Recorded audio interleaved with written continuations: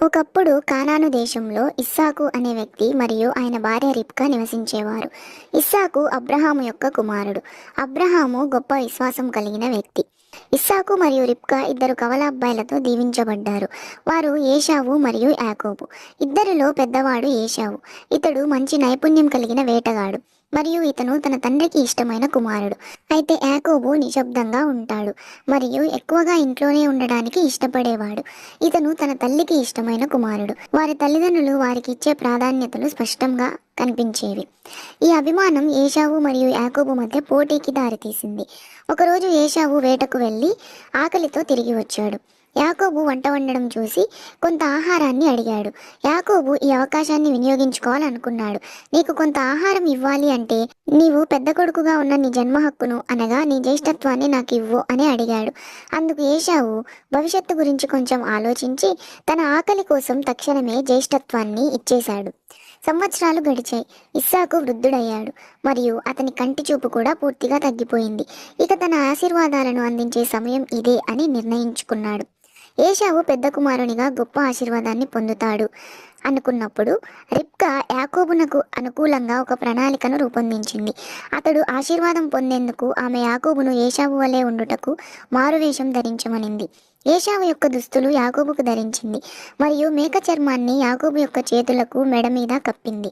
ఎందుకనగా ఏశావు రోమములు గలవాడు కనుక తండ్రి యాకోబును పట్టుకున్నప్పుడు ఏశావు అనుకోవాలి అనే ఉద్దేశంతో ఈ పని చేసింది.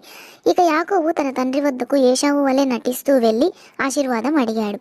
అతని స్వరం విన్న ఇస్సాకు ఇది ఏశావు స్వరం కాదు అని సందేహపడ్డాడు.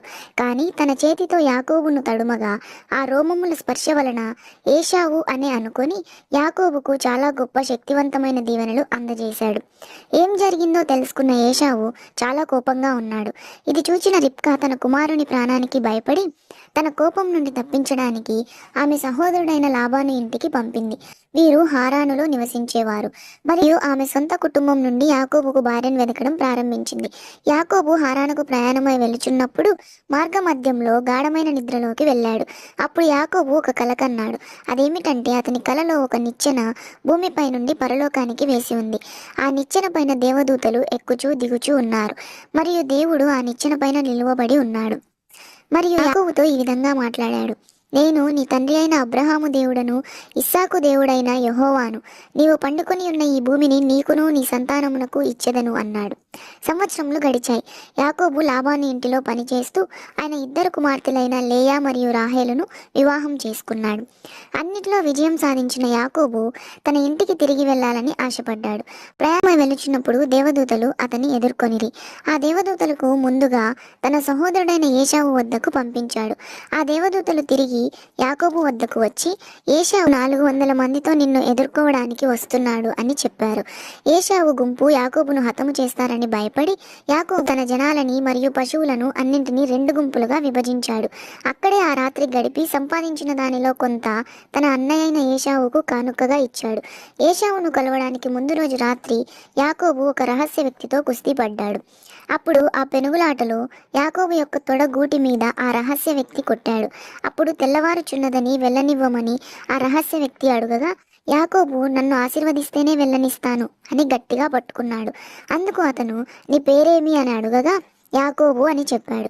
అప్పుడు రహస్య వ్యక్తి నీవు దేవునితోనూ మనుషులతోనూ పోరాడి గెలిచితివి గనుక ఇక మీదట నీ పేరు ఇశ్రాయేలు అని పేరు మార్చాడు. చివరికి ఏశావును యాకోబు కలిసినప్పుడు కోపానికి బదులుగా మంచిగా పలకరించాడు. క్షమాపణ అనేది ప్రేమ గత తప్పులు మరియు అపార్థాలను అధిగమిస్తుంది. సహోదరులు ఇద్దరూ కలిసిపోయారు. యాకోబు యొక్క ప్రయాణం భౌతికమైనదే కాదు, ఆధ్యాత్మిక నైతిక ఎదుగుదల మార్గం కూడా. నిజాయితీ యొక్క ప్రాముఖ్యతను, మోసం యొక్క పరిమాణాలను, శక్తిని నేర్చుకున్నాడు. యాకోబు, ఏశావు, ఇస్సాకు యొక్క కథ కుటుంబ సంబంధాల సంక్లిష్టతను గురించి మనకు బోధిస్తుంది. క్షమాపణ అనే ఎంపిక మన జీవితంలో ఉండాలని గుర్తు చేస్తుంది.